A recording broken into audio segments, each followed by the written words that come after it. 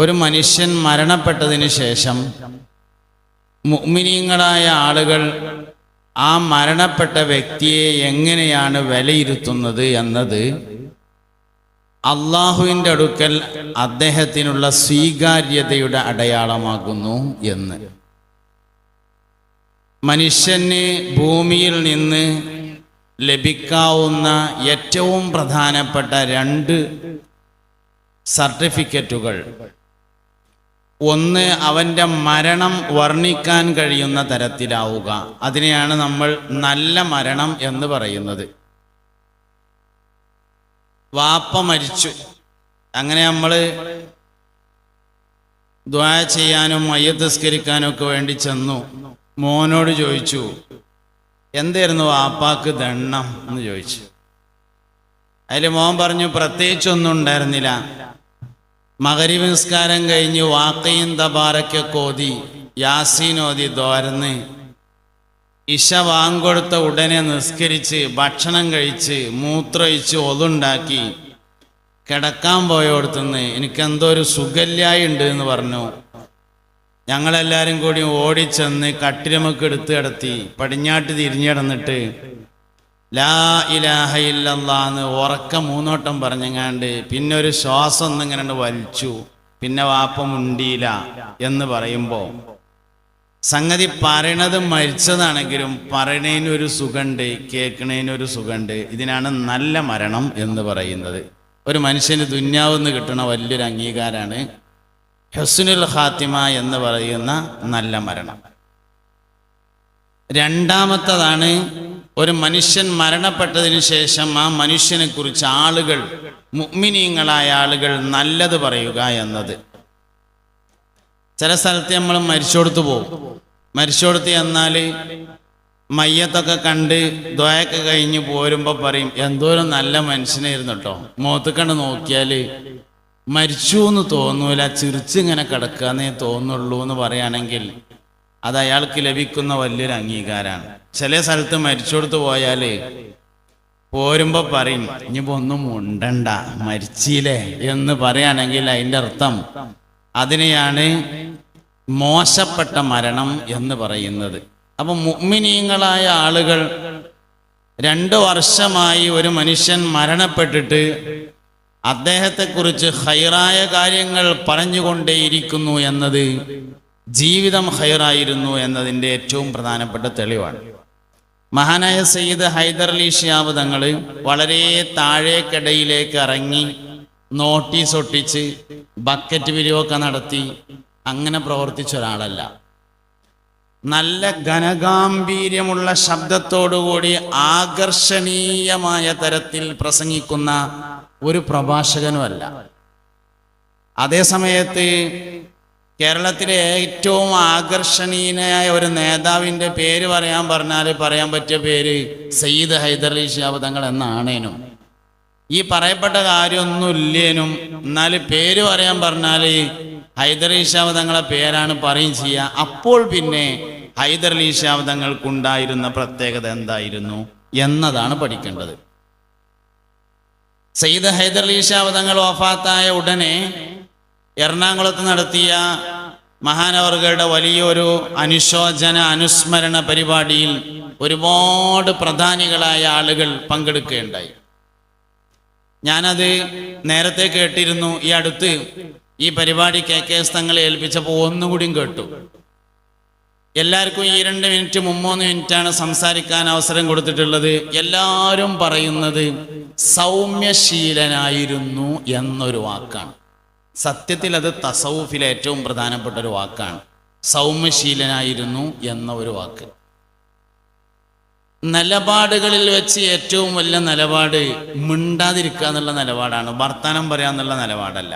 പറഞ്ഞാൽ തിരിച്ചെടുക്കാൻ ഒരു വയ്യൂല്ല, പറഞ്ഞിട്ടില്ലെങ്കിൽ ആവശ്യം വരുമ്പോൾ പറയാൻ കഴിയും.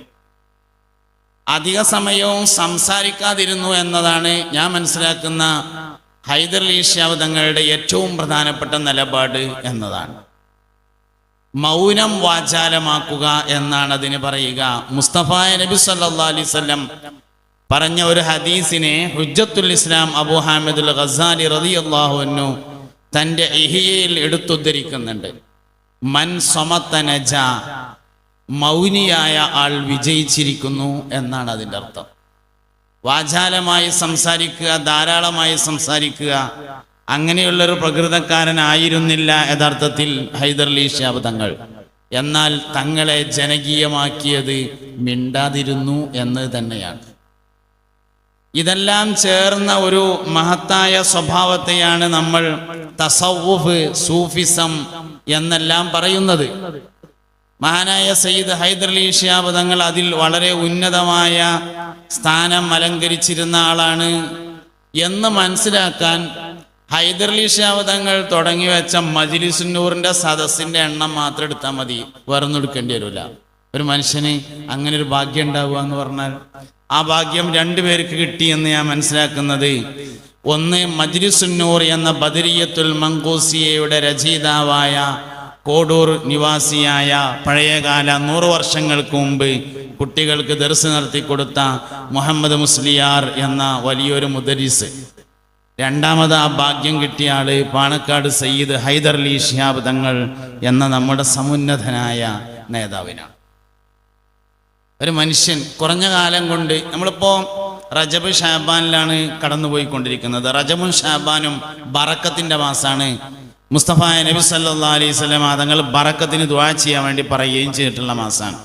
ഒരു മനുഷ്യന്റെ ആയുസ് ബറക്കത്തുള്ളതായിരുന്നു എന്നതിൻ്റെ അടയാളം മരിച്ചാലും മരിക്കാതിരിക്കലാണ്. ബറക്കത്തില്ല എന്നതിൻ്റെ അടയാളം മരിക്കണതിന് മുന്നേ തന്നെ ആൾ മരിച്ചു എന്നുള്ളതാണ്. അങ്ങനെ ഉണ്ടാവും. 100 കൊല്ലം ജീവിച്ച് മരിക്കണതിന് മുന്നേ തന്നെ മരിച്ച ആൾക്കാരുണ്ട്. മരിച്ചാലും മരിക്കാതെ ജീവിക്കുന്ന ചില ആളുകളും നമുക്കിടയിൽ കാണാൻ പറ്റും. മരിച്ചിട്ടും വഫാത്തായിട്ടും വഫാത്താകാതെ ജീവിക്കുന്ന ഒരാളായി സയ്യിദ് ഹൈദർലി ശിഹാബ് തങ്ങൾ മാറിയിട്ടുണ്ട്. ഒരിക്കലേ തൃപ്പനച്ചി ഉസ്താദിന്റെ ആണ്ട് പരിപാടിക്ക് പോയപ്പോൾ മഹാനായ ചെറുശ്ശേരി ഉസ്താദായിരുന്നു അന്ന് അവിടെ പ്രസംഗത്തിനുണ്ടായിരുന്നത്. ഒരായത്തുദ്ധരിച്ചുകൊണ്ടാണ് തൃപ്പനച്ചി ഉസ്താദിനെ അനുസ്മരിച്ചത്. നിങ്ങൾ കാണുന്നില്ലയോ, ഭൂമി ഇങ്ങനെ ചുരുങ്ങി ചുരുങ്ങി വരുന്നതായി നിങ്ങൾ കാണുന്നില്ലയോ എന്ന ആയത്തുദ്ധരിച്ചു. എന്നിട്ട് ഉസ്താദ് അത് വിശദീകരിച്ചു. ഭൂമി ചുരുങ്ങി ചുരുങ്ങി വരുന്നതായി കാണാൻ ഇങ്ങക്ക് മോത്ത് കണ്ണില്ലേ എന്നാണ് ഈ ചോദിച്ചതിൻ്റെ അർത്ഥം. ഉസ്താദ് അങ്ങനെ പ്രത്യേകമായ ഒരു ശൈലിയിലാണ് അർത്ഥം വെക്കുക. അവലം യറൗ അന്നാ നഅ്തിൽ അർള നൻഖുസുഹാ മിൻ അത്റാഫിഹാ, അവലം യറൗ, ഓൽക്കെന്താ മോത്ത് കണ്ണില്ലേ? ശരിക്കും നേരക്ക് നേരെ അർത്ഥം അവലം യറൗ, അവർ കാണുന്നില്ലയോ എന്നാണ് നമ്മൾ ചൊറുക്കിലർത്ഥം വെച്ചാൽ. മോത്ത് കണ്ണില്ലേ എന്ന് അതിൻ്റെ മലയാളം. ഏത് മലയാളം? മലപ്പുറം മലയാളം. അന്നാ നഅ്തിൽ അർള നൻഖുസുഹാ മിൻ അത്റാഫിഹാ, ഭൂമി ഒരു ഭാഗത്തുനിന്ന് ഇങ്ങനെ ചുരുങ്ങി ചുരുങ്ങി പോണത് കാണാൻ മോത്ത് കണ്ണില്ലേ എന്ന് ചോദിച്ചു. സംഗതിയിൽ ഭൂമി ചുരുങ്ങണില്ലല്ലോ. മഴക്കാലത്ത് വെള്ളം കയറി വേലിയേറ്റുണ്ടായി കടലെടുക്കുക എന്ന് നമ്മൾ പറയും. കടലെടുത്തു പറഞ്ഞാൽ ചുരുങ്ങണില്ല, കടലുണ്ടല്ലോ, ചുരുങ്ങി പോയിട്ടില്ലല്ലോ സംഗതി. പിന്നെ ഭൂമി ചുരുങ്ങുക എന്ന് പറഞ്ഞാൽ എന്താണ് എന്നത് വിശദീകരിച്ചപ്പോൾ പറഞ്ഞു, ഭൂമി ചുരുങ്ങുക എന്ന് പറഞ്ഞാൽ ഭൂമിയുടെ നിലവാരം ചുരുങ്ങുക എന്നാണ് അതിൻ്റെ അർത്ഥം. ഭൂമിയുടെ നിലവാരം ചുരുങ്ങുക എന്ന് പറഞ്ഞാൽ നഷ്ടപ്പെട്ടു പോയതിനോട് തുല്യമായതോ അതിനെ മറികടക്കുന്നതോ ആയ വേറൊന്ന് പകരം വരുന്നില്ല എന്നതാണ്. ഓരോന്നും പോകുമ്പോൾ പോയത് തന്നെയാണ്, അതിന് പകരം വേറൊന്നും വരുന്നില്ല. ബറക്കത്തിന്റെ 1-ാം മാസമായ റജബ് 1 വെള്ളിയാഴ്ച രാവും ചേർന്ന് വന്ന ദിവസത്തിൽ സയ്യിദ് ഉമർ അലി ശിഹാബ് തങ്ങൾ വഫാത്തായി.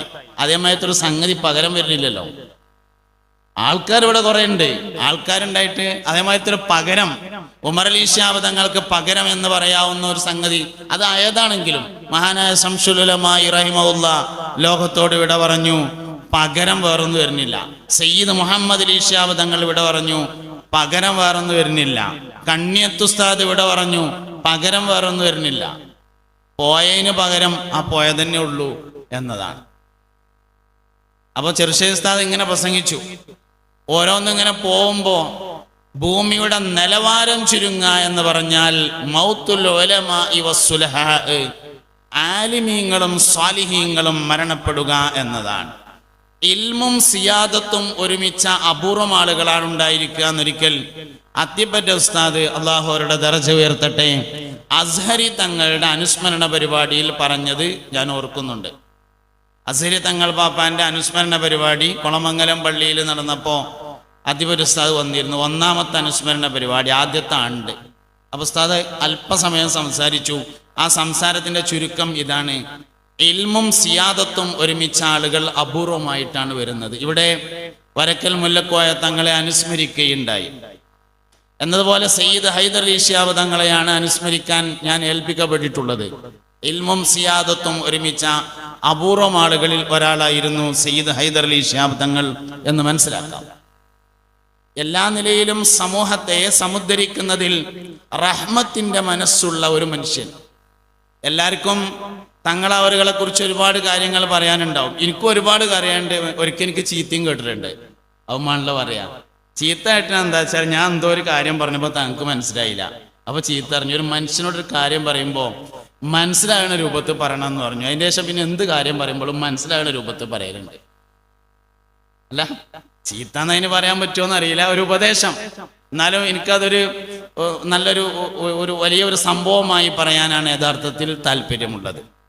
അപ്പൊ അങ്ങനെ എല്ലാവർക്കും എന്തെങ്കിലുമൊക്കെ ഒന്ന് ഹൈദർ അലി ശിഹാബ് തങ്ങളെ കുറിച്ച് പറയാനുണ്ടാവുന്ന. സത്യത്തിൽ നമുക്ക് ഹൈദർ അലി ശിഹാബ് തങ്ങൾ എന്ന് പറയുന്നതിനേക്കാൾ ഇഷ്ടം ആറ്റാക്ക എന്ന് പറയാനാണ്.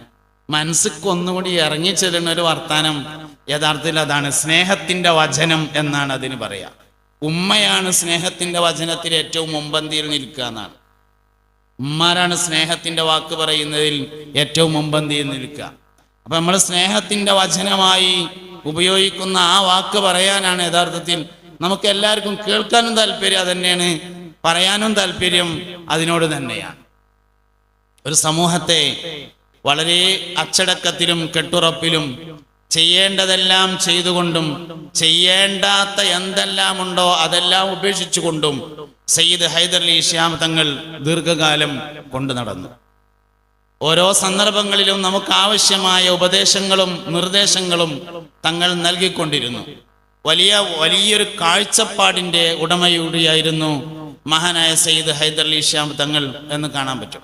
എത്ര രാത്രി വൈകിയാണെങ്കിലും ചെന്നാൽ പുറത്തേക്ക് വരുന്നു, കാത്തു നിൽക്കുന്നു, ദുആ ചെയ്യുന്നു, ഏത് ചെറിയ കാര്യങ്ങളും അന്വേഷിക്കുന്നു, ഏത് ചെറിയ കാര്യങ്ങളിലും ഇടപെടുന്നു. കൂടുതൽ ഇടപെടുന്ന ആളുകളെയും അവരുടെ വീടിന്റെ അവസ്ഥകൾ എല്ലാം ഓർത്തു വെക്കുന്നു. അങ്ങനെയൊക്കെ എണ്ണിയാൽ ഒടുങ്ങാത്ത ഗുണഗണങ്ങളാണ് മഹാനായ സയ്യിദ് ഹൈദർ അലി ശിഹാബ് തങ്ങളെ കുറിച്ച് പറയാനുള്ളത്. ഈ സന്ദർഭത്തിൽ ഈ വേദി ഹൈദർ അലി ശിഹാബ് തങ്ങളെ അനുസ്മരിക്കുന്നതോടൊപ്പം സുന്നി യുവജന സംഘത്തിന്റെയും SKSSF-ന്റെയും സമസ്തയുടെ എല്ലാ പോഷക ഘടകങ്ങളുടെയും റമദാൻ ക്യാമ്പയിന്റെ ഒരു ഉദ്ഘാടനം കൂടി നടക്കുന്ന വേദിയാണ് എന്നുകൂടെ നിങ്ങളുടെ ശ്രദ്ധയിൽപ്പെടുത്തണമെന്ന് സംഘാടകർ എന്നെ പ്രത്യേകം ഏൽപ്പിച്ചിട്ടുണ്ട്. പരിശുദ്ധമായ റമദാൻ ഷരീഫ് സമാഗതമാവാൻ പോവുകയാണ്. ഒരു മാസത്തിന് വേണ്ടി 2 മാസത്തെ ഒരുക്കമാണ് യഥാർത്ഥത്തിൽ റജബും ഷാബാനും എന്ന് പറയുന്നത്. വരാനുള്ളത് 1 മാസമാണ്, ഒരുങ്ങാനുള്ളത് 2 മാസമാണ്. റജബും ഷാബാനും 2 മാസം ഒരുങ്ങി 1 മാസത്തിലേക്ക് പോകണം. സൂറത്തുൽ ബഖറയിലെ 185 പരിശുദ്ധമായ റമദാൻ ഷരീഫ് വിശുദ്ധിക്ക് വേണ്ടിയുള്ളതാണെന്ന് പറഞ്ഞു. വിശുദ്ധിയുടെ അറബിയാണ് തഖ്വ എന്ന് യഥാർത്ഥത്തിൽ പറയുന്നത്. എല്ലാ കാലത്തും മുത്തഖീങ്ങൾ ഉണ്ടാകും എന്നത് നമ്മൾ മനസ്സിലാക്കിയിരിക്കേണ്ട ഒരു യാഥാർത്ഥ്യമാണ്. ചിലപ്പോഴെങ്കിലും നമുക്ക് പറയാൻ തോന്നും, കാലഘട്ടമൊക്കെ മോശമായിട്ടുണ്ട്, എല്ലാവരും കേടുന്നിട്ടുണ്ട്, ഇനിയിപ്പോൾ അങ്ങനെ തന്നെ ആവുള്ളൂ, നേരാവൂല എന്നൊക്കെ പറയാൻ തോന്നാറുണ്ട്. പക്ഷെ അതൊരു തെറ്റായ പ്രസ്താവനയാണ്. കാലഘട്ടത്തിനൊന്നും പറ്റിയിട്ടില്ല, എല്ലാവരും കേടുന്നിട്ടില്ല, ഇനി നന്നാവും എന്നൊക്കെയാണ് നമ്മൾ മറിച്ച് ചിന്തിക്കേണ്ടത്. പക്ഷെ ചെറിയ നന്മകളെ വലിയ നന്മകളായി കാണാൻ നമുക്ക് കഴിയാതെ പോകുന്നതാണ് നന്നായിട്ടില്ല എന്ന് തോന്നുന്നതിന്റെ കാരണം എന്നാണ്. ചെറിയ ചെറിയ മാറ്റങ്ങൾ, ചെറിയ ചെറിയ നന്മകൾ, ആ നന്മകളെയൊക്കെ വലിയ നന്മകളായി കണ്ട് എല്ലാ കാലത്തും വിശുദ്ധന്മാർ മുത്തഖീങ്ങൾ ഉണ്ടാകുമെന്നാണ്.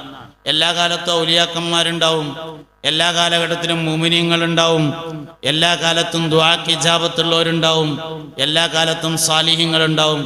2023 മുത്തഖീങ്ങൾ ഉണ്ടായിരുന്നു എന്നതിൻ്റെ തെളിവ് 2023 നോമ്പുണ്ടായി എന്നതാണ്. കാരണം നോമ്പ് മുത്തഖീങ്ങൾക്കുള്ളതാണെന്ന് ഖുർആൻ പറഞ്ഞിട്ടുണ്ട്. പരിശുദ്ധമായ ഖുർആന്റെ സംസാരങ്ങൾ എന്നത് വർത്തമാന കാലഘട്ടമാണ്. എന്നോ പറഞ്ഞതല്ല, അള്ളാഹു എന്നും പറഞ്ഞുകൊണ്ടിരിക്കുന്നതാണ്. അപ്പൊ 23 നോമ്പ് നിർബന്ധാക്കിയത് മുത്തഖീങ്ങൾ എന്ന വിശുദ്ധന്മാരുണ്ടാവാൻ വേണ്ടിയിട്ടാണെന്ന് പറഞ്ഞിട്ടുണ്ട്. 24 നോമ്പ് വന്നാൽ ഉറപ്പിക്ക 2024 ലോകത്ത് മുത്തഖീങ്ങൾ ഉണ്ട്. പിന്നെ എങ്ങനെ കേടുന്നു എന്ന് പറയാം? നമ്മൾ കുറച്ച് കേടുന്ന ആൾക്കാരൊക്കെ ഉണ്ടാവും.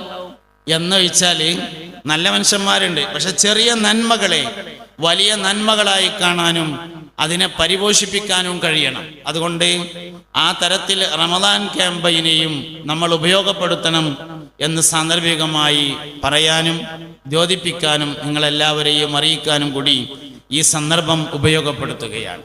ചരിത്രങ്ങളെ നമ്മൾ പഠിക്കുന്നത്, മുൻഗാമികളെ അനുസ്മരിക്കുന്നത് 3 പ്രധാനപ്പെട്ട കാര്യങ്ങൾക്ക് വേണ്ടിയാണ്. മുസ്തഫ നബി സല്ലല്ലാഹു അലൈഹി വസല്ലം തങ്ങൾ ഉൾപ്പെടെ ലോകത്ത് കഴിഞ്ഞു പോയ എല്ലാ സാലിഹീങ്ങളുടെയും താരീഖുകൾ പഠിക്കേണ്ടതുണ്ട്. ഒന്ന്, അത് ദിക്റിന്റെ പരിധിയിൽ വരുന്ന ഇബാദത്താണ് എന്നതാണ് ഒന്നാമത്തെ കാരണം. ദിക്റുൽ അംബിയാ ഇബാദത്തുൻ ദിക്റുസ് സാലിഹീന കഫാറത്തുൻ എന്ന ദിക്റിന്റെ തഫ്സീറിൽ ഐ ദിക്റു അസ്മാഇഹിം എന്ന് പറഞ്ഞിട്ടുള്ളതായി കാണും. സാലിഹീങ്ങളുടെ പേര് പറയുക എന്നത് ദിക്റിന്റെ പരിധിയിൽ വരും. അംബിയാക്കളുടെ പേര് പറയുക എന്നത് ദിക്റിന്റെ പരിധിയിൽ വരും. അതുകൊണ്ട് തന്നെ സയ്യിദ് ഹൈദർ അലി ശിഹാബ് തങ്ങൾ എന്ന് ആവർത്തിച്ചു പറയൽ ദിക്റായിത്തീരും. അതാണ് ശരിക്ക് നമ്മൾ ബദർ മൗലിദൊക്കെ ഓതുമ്പോൾ പേരുകൾ ഇങ്ങനെ പറയുന്നത്. അവസാനത്തെ ഹദീസിൽ വദക്കറ ശൈഖുദ്ദാറാനി റഹിമഹുല്ലാ എന്ന് പറഞ്ഞിട്ട് കുറെ പേരിങ്ങനെ പറയും. ഒബിഹാരിസിൻ ഒബിഹാരിസിൻ ഒബിഹാരിസിൻ എന്നിങ്ങനെ കുറെ പേര് പറയും. സജ്ജനങ്ങൾ സാലിഹീങ്ങളുടെ പേര് പറയുക എന്നത് ദിക്റിന്റെ പരിധിയിൽ വരും. എല്ലാ സാലിഹീങ്ങളെ പറയലും അങ്ങനെ തന്നെ, എല്ലാ അമ്പിയാക്കളെ പറയലും അങ്ങനെ തന്നെ. അപ്പോൾ ഇഞ്ഞിരുന്നിട്ട് ഇങ്ങനെ നമ്മൾ ഒരു തസ്ബീഹ് എടുത്തിട്ട് ഹൈദർലി ശിഹാബ് തങ്ങൾ ഹൈദർലി ശിഹാബ് തങ്ങൾ എന്ന് പറഞ്ഞാൽ പഠിച്ചോണ്ടിൽ നിന്ന് കൂലിട്ടിന് ദിക്റിന്റെ പരിധിയിലാണ് അത് വരിക. അനുസ്മരണ പരിപാടി എന്ന യഥാർത്ഥത്തിൽ ദിക്റാണ്. സാലിഹീങ്ങളെ പറയുക എന്നതിൻ്റെ ഒന്നാമത്തെ അർത്ഥമാണ് പേര് പറയൽ. സാലിഹീങ്ങളെ പറയുക എന്നതിൻ്റെ രണ്ടാമത്തെ അർത്ഥം താരീഖ് പറയലാണ്, അവരുടെ ചരിത്രം പറയലാണ്. ചരിത്രം പറയുന്നത് 3 ആവശ്യങ്ങൾക്ക് വേണ്ടിയാണ്. ഒന്ന്, ചരിത്രം പറഞ്ഞാൽ ചില മനസ്സുറപ്പ് കിട്ടും എന്നതാണ് കാരണം. മുൻഗാമികളെ പറ്റി പറഞ്ഞാൽ ചില മനസ്സുറപ്പ് കിട്ടും നമുക്ക്. അങ്ങനെ ഇരുന്നില്ലേ മനസ്സുണ്ട് ഉറക്കും. ഞാൻ ഇപ്പോൾ ഈ അടുത്ത് കണ്ണിയത്ത് ഉസ്താദിന്റെ താരീഖിൽ ഒരു സംഭവം വായിച്ചു. കണ്ണിയത്ത് ഉസ്താദ് ദർസ് നടത്തുന്ന പള്ളിയിൽ ഒരു ദിവസം നാട്ടുകാർ മഴയില്ലാത്തതിൽ പരാതി പറഞ്ഞു. മഴയില്ലായിട്ട് വലിയ വിഷമാണ് കാരണം. ഇശാംസ്കാരം കഴിഞ്ഞിട്ട് കണ്ണിയത്ത് ഉസ്താദ് മഴയ്ക്ക് വേണ്ടിയിട്ട് തോരുന്നു. പക്ഷെ അന്ന് മഴ പെയ്തില്ല. സുബഹി നിസ്കാരത്തിന് പള്ളിക്ക് ആളുകൾ വന്നപ്പോൾ കമ്മിറ്റിപ്പെട്ട ഒരു തമാശക്കാരൻ, അങ്ങനെ എല്ലാവരും ഉണ്ടാവുമല്ലോ ഒരു തമാശ ഉള്ള ആള്, വിരല് മാത്രം ഇങ്ങനെ കുത്തിങ്ങാണ്ട് നടന്നു, മടമ്പ് തട്ടിക്കാതെ. അപ്പോൾ ഒപ്പമുള്ള ആൾക്കാർ ചോദിച്ചു എന്താ അങ്ങനെ നടക്കണെന്ന് ചോദിച്ചു. അതിൽ പറഞ്ഞു മഴ അങ്ങോട്ട് പെയ്തിട്ട് ചളിയോണ്ടേ എന്ന് പറഞ്ഞു. സംഗതി മഴ ചെയ്തിട്ടുണ്ടായിരുന്നില്ല. ഈ വിവരം കണ്ണിയത്ത് ഉസ്താദ് അറിഞ്ഞപ്പോൾ പറഞ്ഞു, തരേ ജിന്നോട് ചോദിച്ചാൽ ഉത്തരം തരാന്ന് പറഞ്ഞിട്ടാണ് ഞാൻ ചോദിച്ചിട്ടുള്ളത്. അതുകൊണ്ട് ചോദിച്ചതിൻ്റെ ഉത്തരമായ മഴയോട് തന്നാൽ ഇനി കണ്ണിയത്താകുമ്പോൾ ദർശെടുത്തുള്ളൂ എന്ന് പറഞ്ഞ് മഴ പെയ്തിട്ടാ പിന്നെ ദർശെടുത്തിയത്. ഇത് എന്തിനാ ഞാൻ പറഞ്ഞു വെച്ചാൽ ഇങ്ങനത്തെ താരീഖ് ഇങ്ങനെ കേൾക്കുമ്പോൾ നമുക്ക് കൽബിനൊരു ഉറപ്പിന് കിട്ടും. പി മുഹമ്മദ് ഫൈദി അള്ളാഹു അവരുടെ ദർജ ഉയർത്തട്ടെ, ഹൈദർലി ശിഹാബ് തങ്ങളെ പറ്റി പറഞ്ഞ ഒരു കഥ ഞാൻ ഈ സന്ദർഭത്തിൽ ഓർക്കുന്നുണ്ട്. നമ്മളെ ഇർഷാദുൽ യാഫീന്റെ ഒരു ഷറഹ് പഴയ കാലത്ത് സുന്നി മഹല്ല് ഫെഡറേഷൻ ദാറുൽ ഹുദയിൽ പ്രിന്റ് ചെയ്തിരുന്നു. അബ്ദുല്ലാഹി യാഫി റളിയല്ലാഹു അൻഹുവിന്റെ ഇർഷാദ് എന്ന കിതാബിന്റെ ഒരു ഷറഹ്. അങ്ങനെ ആ ഷറഹ് പ്രിന്റ് ചെയ്ത് അതിൻ്റെ വിതരണം കഴിഞ്ഞു, പൈസയൊക്കെ കിട്ടി. അതിൻ്റെ കണക്കും അത് ഓഡിറ്റ് ചെയ്ത റിപ്പോർട്ടും കൂടിയും ചെറിയൊരു ബാഗിലാക്കിയിട്ട് പി മുഹമ്മദ് വൈസി നേരിൽ പറയുന്നത് ഞാൻ കേട്ടതാണ്. നമ്മളെ റഹ്മത്തുള്ളാ ഖാസിമിയൊക്കെ പറയും പോലെ ഈ ചെവി കൊണ്ട് കേട്ടതാണ് അർത്ഥം. പിന്നെ അതിൻ്റെ ഓഡിറ്റ് ചെയ്ത കണക്കും ഇതിൻ്റെ കണക്കോ കൂടി ഒരു ചെറിയ ബാഗിൽ, ഈ മുമ്പ് ഉസ്താദ്മാരുടെ അടുത്തൊക്കെ ചെറിയൊരു ബാഗ് ഉണ്ടാവും, ഹൈദർ സോലിയുടെ അടുത്തൊക്കെ ഉണ്ടായിരുന്നു. അള്ളാഹു അവരുടെയൊക്കെ ദർജ ഉയർത്തി കൊടുക്കട്ടെ. ചെറിയൊരു ബാഗ് ഉണ്ടാവും. അപ്പൊ ഈ ഓഡിറ്റ് ചെയ്ത കണക്കോ റിപ്പോർട്ടോ കൂടിയും ആ ബാഗിലാക്കിയിട്ട് PP മുഹമ്മദ് ഫൈസി കോട്ടക്കൽ താഴെയുള്ള ആചേര പള്ളിക്ക് ഒരു ദിവസം രാത്രി കടന്നുറങ്ങി. രാവിലെ എഴുന്നേറ്റ് നോക്കുമ്പോൾ ബാഗ് കാണാനില്ല. അതിൽ PP ഉസ്താദ് ആകെ ബേജാറായി. കാരണം ഈ ബാഗിൽ ഓഡിറ്റ് ചെയ്ത റിപ്പോർട്ടുണ്ട്, ബാക്കിയുള്ള പൈസയുണ്ട്, കണക്കുണ്ട്, എല്ലാം ഉണ്ട്. കണക്ക് വേണമെങ്കിൽ എഴുതി ഉണ്ടാക്കാം, പൈസ ഉണ്ടാക്കാം. ഓഡിറ്റ് ചെയ്ത റിപ്പോർട്ട് പോയാൽ എത്രയേ മുക്കിയത് എന്ന് ഒരു പിടുത്തമില്ല എന്നുള്ള അതിൻ്റെ അർത്ഥം. അതുകൊണ്ട് ആകെ ബേജാറായി. രാവിലെ ഹൈദർലി ശിഹാബ് തങ്ങളുടെ അടുത്തേക്ക് ചെന്നു. അപ്പൊ തങ്ങൾ സുബഹി നിസ്കാരം കഴിഞ്ഞിട്ട് അകത്തുനിന്ന് ഇങ്ങനെ പുറത്തേക്ക് വരുമ്പോൾ ആദ്യം കണ്ടത് PP മുഹമ്മദ് ഫൈസിനെയാണ്. അപ്പൊ ചോദിച്ചു, ഇത്രയും എന്തേ PP പോകുന്നതെന്ന് ചോദിച്ചു. അതിൽ പറഞ്ഞു, ആ ഇർഷാദുൽ യാഫീന്റെ ഷർഹ് പ്രിന്റ് ചെയ്ത് വിതരണം ചെയ്തതിന്റെ കണക്കും അതിന്റെ ബാക്കി പൈസയും ആ ഓഡിറ്റ് റിപ്പോർട്ടും ഒക്കെ കൂടിയുള്ള ബാഗ് കോട്ടക്ക താഴെ ആചാര പള്ളിയിൽ ഞാൻ കടന്നുറങ്ങി ഇന്നലെ രാത്രി. നേരം വെളുത്തപ്പോൾ കാണാനില്ല. പൈസ കിട്ടിയില്ലെങ്കിലും കുഴപ്പമില്ല, എൻ്റെ ആ കണക്കിന് കിട്ടിയാൽ മതിയായിരുന്നു എന്ന് പറഞ്ഞു. അതിൽ ഫാത്തിഹ എന്ന് പറഞ്ഞാണ്ട് ഫാത്തിയോതിങ്ങാണ്ട് ദുആ ചെയ്ത് നിങ്ങൾ പൊയ്ക്കോളി കിട്ടിക്കോളും എന്ന് പറഞ്ഞു. അങ്ങനെ PP മുഹമ്മദ് ഫൈസി അവിടുന്ന് ഇങ്ങനെ വരുമ്പോൾ മലപ്പുറം താഴെ അങ്ങാടിയിൽ എത്തിയ സമയത്ത് ഹസൻ ഷെരീഫ് ഗുരുക്കൾ കാറിൽ പോണുണ്ടെന്ന്. അന്ന് അപൂർവമായി കാറുള്ള ആൾക്കാർ വളരെ അപൂർവമാണ്. എനിക്ക് നിർത്താൻ സമയമായിട്ടുണ്ട്. ഹൈദർലി ശിഹാബ് തങ്ങളെ അടുത്തുനിന്ന് PP മുഹമ്മദ് ഫൈസി ഇങ്ങനെ വരുന്ന സമയത്ത് ഹസൻ ഷെരീഫ് ഗുരുക്കൾ കാറിൽ പോകുന്നത് കണ്ടു. അപൂർവമായി കാറുള്ള ആൾക്കാരിൽ പെട്ട ഒരാളായിരുന്നു ഹസൻ ഷെരീഫ് ഗുരുക്കൾ. അപ്പോൾ PP മുഹമ്മദ് ഫൈസിനെ കണ്ടപ്പോ ഷെരീഫ് ഗുരുക്കൾ വണ്ടി നിർത്തിയിട്ട് PP-നെ അടുത്തേക്ക് വിളിച്ചിട്ട് പറഞ്ഞു, തരാം PP ഇങ്ങളടുത്ത് ഉണ്ടായിരുന്നില്ല ആ ഒരു കറുത്ത ചെറിയ ബാഗ്, അതുണ്ട് കോട്ടക്കൽ മാർക്കറ്റിൽ നിന്ന് ഇറങ്ങണോടത്ത് അരിച്ചാലിൽ കിടക്കണു. ഞാൻ ഇപ്പം കാറിൽ പോന്നപ്പോ കണ്ടതാണ്, ഇങ്ങളതാണോ അല്ലേ എന്ന് ഉറപ്പില്ലാത്തതുകൊണ്ട് ഞാൻ എടുത്തില്ല, സംഗതി അവിടെ കിടക്കുന്നുണ്ട്. PP മുഹമ്മദ് ഫൈസി പറഞ്ഞു അതിൻ്റെ തന്നെയാണ് പറഞ്ഞു. വേഗം കോട്ടക്ക പോയി മാർക്കറ്റിൽ നിന്ന് ഇറങ്ങണോടത്ത് അരിച്ചാലിൽ ബാഗ് ഉണ്ട്, കണക്കുണ്ട്, പൈസ ഇല്ല, കണക്കുണ്ട്, ബാഗും ഉണ്ട്. വേഗം ഹൈദർലി ശിഹാബ് തങ്ങളുടെ അടുത്തേക്ക് തന്നെ ചെന്നിട്ട് പറഞ്ഞു, തങ്ങളോപ്പ ബാഗും കിട്ടിയിട്ടുണ്ട്, കണക്കും കിട്ടിയിട്ടുണ്ട്, പൈസ ഇല്ല എന്ന് പറഞ്ഞത്രേ. നിങ്ങൾ വേണ്ടെന്ന് പറഞ്ഞിട്ടല്ലേ എന്ന് പറഞ്ഞു എന്നുള്ളതാണ്. അപ്പോൾ ഈ ഒരു സന്ദർഭം ആ പ്രത്യേകമായ PP മുഹമ്മദ് ഫൈസി പറഞ്ഞ ആ കഥ ഓർത്തു പോവുകയാണ്. സയ്യിദ് ഹൈദർലി ശിഹാബ് തങ്ങൾ വഫാത്തായിട്ടും നമ്മൾ മഹാനവറുകളെ കുറിച്ച് ഇങ്ങനെ പറഞ്ഞുകൊണ്ടിരിക്കുന്നു, അത് കേൾക്കാൻ ആളുകൾ കൂടുന്നു, അതിനുവേണ്ടി പരിപാടികൾ സംഘടിപ്പിക്കുന്നു എന്നത് ആ വലിയ മനുഷ്യന്റെ മഹത്വത്തെ അറിയിക്കുന്നതാണ് എന്ന് ഈ സന്ദർഭത്തിൽ പറഞ്ഞുകൊണ്ട് ഞാൻ എൻ്റെ വാക്കുകൾ അവസാനിപ്പിക്കുകയാണ്. കാടാമ്പുഴ മൂസ ഹാജിയെ അനുമോദിക്കുന്ന ആദരിക്കുന്ന പ്രധാനപ്പെട്ട ഒരു ചടങ്ങാണിത്. നേരത്തെ അറിയാമെങ്കിലും അടുത്തിടപഴകാൻ അവസരമുണ്ടായത് വാദിനൂറിൽ വെച്ചുകൊണ്ടായിരുന്നു. വളരെ അടുത്തിടപഴകി, ഒന്നിച്ച് കിടന്നുറങ്ങിയും ഒന്നിച്ച് യാത്ര ചെയ്തും അതിനുശേഷം എവിടെ നിന്ന് കാണുമ്പോഴും പരിചയം പുതുക്കിയും നമ്മളൊക്കെ ഇപ്പോ വലിയ അവസ്ഥയിലെത്തിയെങ്കിലും അങ്ങനെ എത്താത്തൊരു കാലം ഉണ്ടായിരുന്നു. ആദ്യമായിട്ട് ഒരു സ്റ്റാർ ഹോട്ടലിൽ പോയിട്ട് നല്ലൊരു മീനും ഒരു ഭക്ഷണമൊക്കെ വാങ്ങി തന്ന ആൾ കാടാമ്പുഴ മൂസ ഹാജിയാണ് എന്ന കാര്യം കൂടി ഇവിടെ അനുസ്മരിക്കാൻ, ഇവിടെ പറയാൻ ഈ സന്ദർഭം അതിന് അനുയോജ്യമാണ് എന്ന് എനിക്ക് തോന്നുന്നു. വൈകിയെങ്കിൽ എന്നോട് ക്ഷമിക്കണേ. ഹൈദർലി ശിഹാബ് തങ്ങളോടൊപ്പം അള്ളാഹു നമ്മളെല്ലാവരെയും അവൻ്റെ ജന്നാത്തുൽ ഫിർദൗസിൽ ഒരുമിച്ച് കൂട്ടി തരട്ടെ എന്ന് ആത്മാർത്ഥമായി ആഗ്രഹിച്ചും ദുആ ചെയ്തും എൻ്റെ വാക്കുകൾ അവസാനിപ്പിക്കുന്നു. അസ്സലാമു അലൈക്കും.